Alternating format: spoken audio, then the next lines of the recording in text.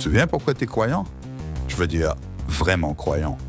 Pas croyant parce que tu as été élevé comme ça, pas croyant parce que c'est écrit dans un vieux bouquin, pas croyant par peur de finir en barbecue éternel, non. Je parle de cette chose au fond de toi, cette chose qui vibre, qui brûle, qui hurle qu'il y a quelque chose de plus grand, de plus vaste, de plus beau que cette misérable petite comédie humaine. Mais voilà, t'as oublié, comme tout le monde. La vie te roule dessus, les obligations, le taf, les infos qui te font croire que tout va s'effondrer d'ici jeudi prochain.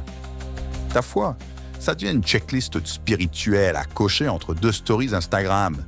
Tu dis que tu crois, mais tu vis comme si Dieu était un fonctionnaire du ciel, un type en haut qui traite tes demandes en fonction de ta ponctualité à la messe et de ton ratio aux prières péchées. Mais où est passé le feu? Où est passé ce moment où tu t'es retrouvé face à quelque chose de si grand, si réel, si puissant que tu as su que jamais, jamais, tu pourrais revenir en arrière? Peut-être que tu as connu ce moment, ou peut-être que tu l'attends encore. Dans tous les cas, il est là, il t'attend. Parce que la foi, la vraie, ce n'est pas croire parce qu'il faut croire. Ce n'est pas une soumission aveugle, ce n'est pas une assurance vie pour l'au-delà. C'est une collision frontale avec le réel. C'est l'instant où tout s'aligne, où le brouillard se dissipe et où tu vois. Pas avec tes yeux, pas avec ton cerveau, mais avec quelque chose de plus profond, plus viscéral, plus vrai que tout ce que le monde t'a vendu. Jésus n'a pas dit « Suivez-moi et soyez des petits moutons sages ». Il a dit dans Jean 14,6 « Je suis le chemin, la vérité et la vie ». Tu piges l'ampleur du truc. Il n'a pas dit « Je vais vous donner un chemin » ou « J'ai des vérités sympas en stock ». Non, il est le chemin, la vérité, la vie. Pas une option, pas un choix parmi d'autres. Il est ce qui est réel. Mais on a domestiqué la foi. On l'a transformée en routine, en habitude.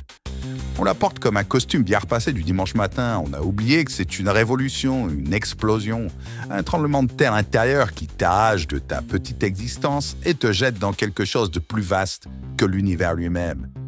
Tu crois que Pierre, Jean et les autres sont morts en martyrs pour une idée sympa? Pour une philosophie cool? Non, ils ont vu, ils ont touché, ils ont été consumés par quelque chose d'indestructible. Et toi, qu'est-ce qui te consume encore? Qu'est-ce qui te fait tenir debout quand tout s'effondre? Qu'est-ce qui fait que tu n'es pas juste un amas de viande en transit entre la naissance et la tombe? La vérité, c'est que la foi, ce n'est pas juste ce que tu fais, ce que tu dis ou ce que tu crois intellectuellement. C'est ce que tu es. C'est cette pulsation au fond de toi qui te hurle qu'il y a plus, que ce monde n'a pas le dernier mot, que l'amour est plus réel que le béton, que la beauté n'est pas une illusion, que l'espérance est une arme et que la mort a déjà perdu. Paul le savait. Ce maître était un extrémiste, un persécuteur, une machine de guerre anti-chrétienne. Et bam, une rencontre, une lumière, une voix dans Acte 9,4. Saul, Saul, pourquoi me persécutes-tu? Et en un instant, tout s'effondre.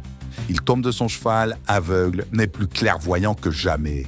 Parce que la vraie foi, ce n'est pas accumuler des réponses, c'est se laisser percuter par la seule question qui compte. Alors je te la pose. Pourquoi tu crois?